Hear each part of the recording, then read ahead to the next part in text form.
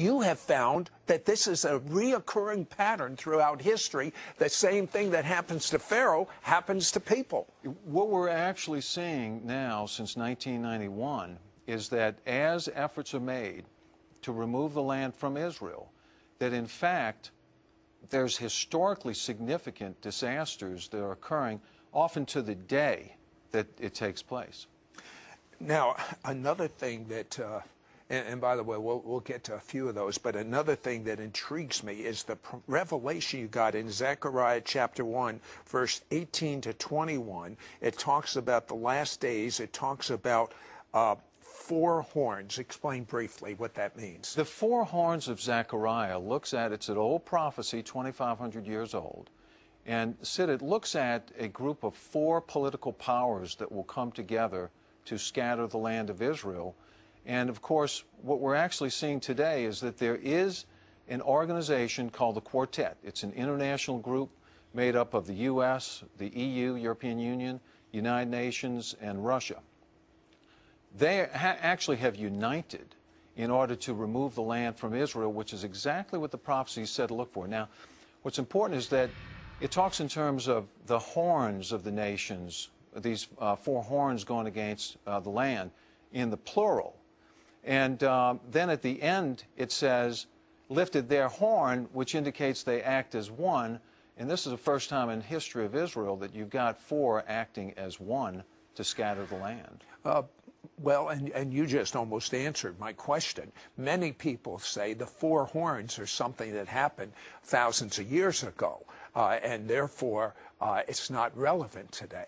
Yeah, actually, the 4 that are used by people that indicate they were in the past include 2 that did not scatter, so they could not have fulfilled that prophecy. You know, the other thing is the term horn is used and not nations, and horn includes a political power, which would include entities like the European Union and the UN. Well, to me, the most amazing thing is these 4 entities are called a quartet, and they're working together. Now, when they first got together, one of the most major disasters to hit planet Earth occurred, and it's amazing to me. Can we talk about that when we come right back? Absolutely. Don't you dare go away. God's given you, and I've never even heard anyone talk about it, and if they've talked about it, they've actually got it wrong. You talk about what's going on right today. There is a quartet from Zechariah chapter 1, verse 18 to 21. It's the U.S., the UN, the European Union, and Russia, and they're acting as one, and they're coming against Israel.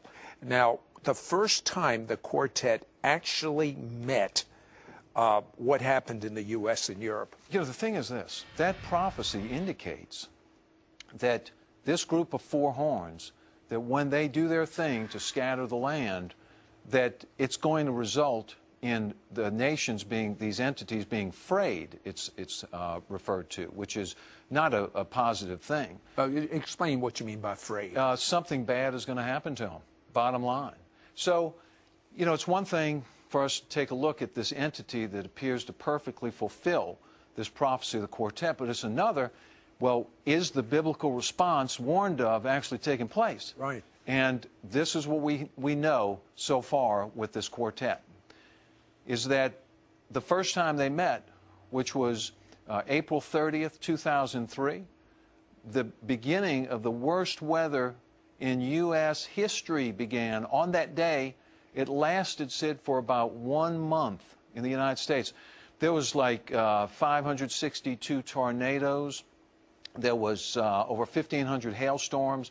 It was an absolute catastrophe, widespread. Well, the other major member of the quartet is the European Union. And after the worst weather in the U.S. Ended in late May, beginning in Europe, right after that was the worst heat wave in over 250 years. So you see, actually, there was the, as I call it, coincidence. I put that in quotations. Yeah, but I would not, I wouldn't even use that word. Yeah. I mean, I have seen this time and time again. When you go against the apple of God's eye, you're going against God. He says, he that touches Israel is the same as someone that pokes their finger in God's eye. So this disaster happens in the U.S. It happens in Europe. Then the head of the quartet, Tony Blair, tell me what happened when he first went to the Middle East. Yes. So we see another effort on the part of the quartet. And this is taking place, it begins on July 23rd, 2007. Well, you say, what does that have to do with anything? You actually can go back and you can find the date that the global financial meltdown began. And the way that you do that is you look at the premium paid by banks to banks for borrowing money to one another, because that was the essence of it was a liquidity crisis, Sid, the whole banking issue, the meltdown. You can go back to the week of Tony Blair's visit to begin the effort to remove the land from Israel. That week, that premium paid by banks began a march that was historical in nature, to the point that it's called a Sigma 6.2 event. What that is in English, it happens once every 2.5 million days, and it happened that week. So this financial meltdown, another, as some would call it, coincidence. But even when the four got together, the quartet, their first meeting, how many people died in Europe? It was a huge calamity. There was like 50,000 people. What happened is the rivers dried up, so the nuclear power plants could not access river water to keep them cool. They had to shut down. How could anyone think this is a coincidence? It started with Pharaoh. We found these ancient scrolls verifying the Bible. Every time someone goes against the apple of God's eye, it opens them up for disaster. Yes. For instance, real quickly, Great Britain ran an ad to build tourism, and it's going to Israel. They showed a picture of the Western Wall, but they had to stop it. Tell me what happened. That's right. What happened is that Israel was seeking, their tourism office was seeking to run an ad in Great Britain promoting Eastern Jerusalem, which Great Britain says is not a part of Israel, that it's a part of some future Palestinian state. Well, they refused to allow that ad to run, and the date that the refusal came down was April 14th, 2010. Who refused? The Advertising Standards Agency within Great Britain. Okay, so Great Britain was ordered not to use the ad. What was the repercussion? What happened is, now, you realize that impacted Israeli tourism, and it also inferred that Israel didn't own East Jerusalem, that it was not a part of Israel. And on the very same day, this Iceland volcano, the name looks like a monkey hit a typewriter, you can't even pronounce the name, blew its top and sent ash all over Great Britain and shut down their tourism. I was there at the time, and the planes weren't even going. Correct. So when you go against the tourism of Israel, your tourism gets wiped out in Europe. I mean, it is so phenomenal. Very quickly, I need to know. I couldn't believe it when President Obama made his speech about Israel had to go back to their pre-67 borders, and what was the repercussion as a result of that speech? That's one that you have to dig into, because the speech was given on May 19th, 2011. But, you know, obviously the president did not come up with that policy on that date. It was determined some time before. Of course. Well, it's strange that George Mitchell, who was a consummate diplomat, who was heading up the Middle East for the U.S. for years, since Bill Clinton, actually resigned, and his resignation was announced a week before, but the letter was dated April 6th. Well, because he obviously felt so strongly against the new policy that he should resign, we can infer from that logically that he probably resigned very quickly after it was determined. So that brings us to the day or two before the date on his letter, April 4th and 5th, and that is the beginning of the worst tornado rampage in world history, is what they say. How much more do you need? Well, I'm going to give you more.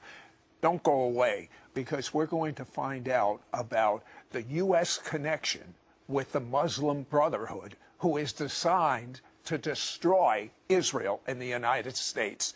Don't go away. They're selling fighter jets to the Muslim Brotherhood in Egypt.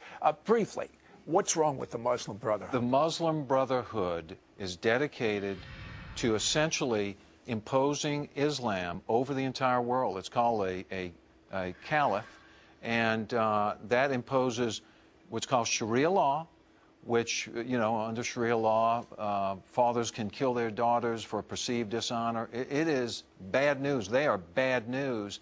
And for this administration to think that they can cozy up to this type of organization is naive at best, or it's some very ominous shift in U.S. policy. It's bad news. Well, they actually want to destroy every Jew. They Yes. want to destroy Israel. Yes. And they want to destroy the United States.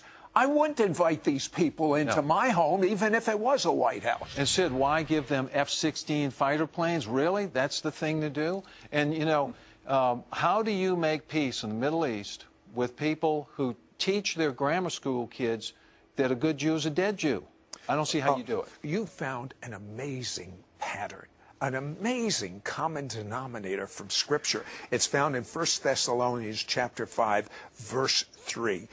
Explain that. And what it is, actually, the bottom line is it kind of came to me from a dream.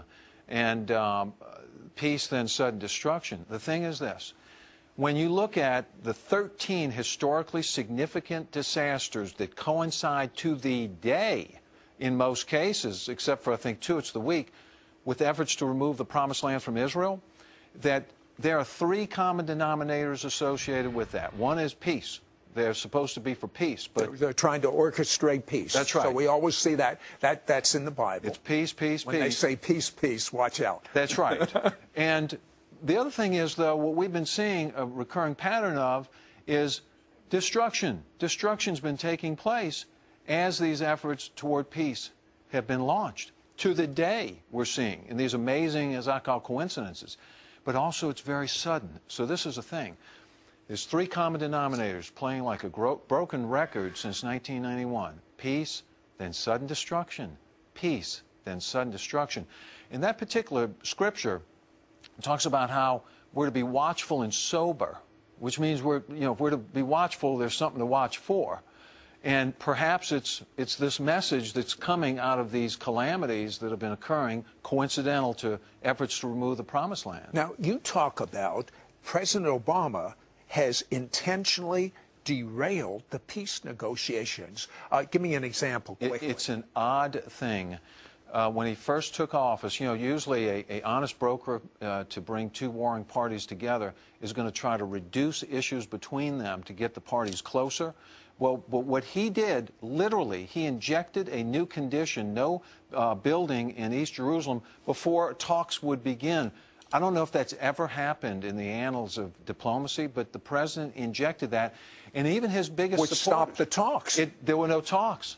Even his biggest supporters said, why are you doing this? And they even said it looked like incompetency, but that's only the first of 2 times he's done it. Okay, in your opinion, there's a reason. He is an intelligent president. Yes. Why is he doing this? I think the president's ultimate goal, in terms of my reading between the lines and having studied it, is to move the peace process to the United Nations, where eventually the United States will back up and say, we're not going to veto this move on the part of the Palestinian Authority to become a nation. That's what I think it's all about, ultimately.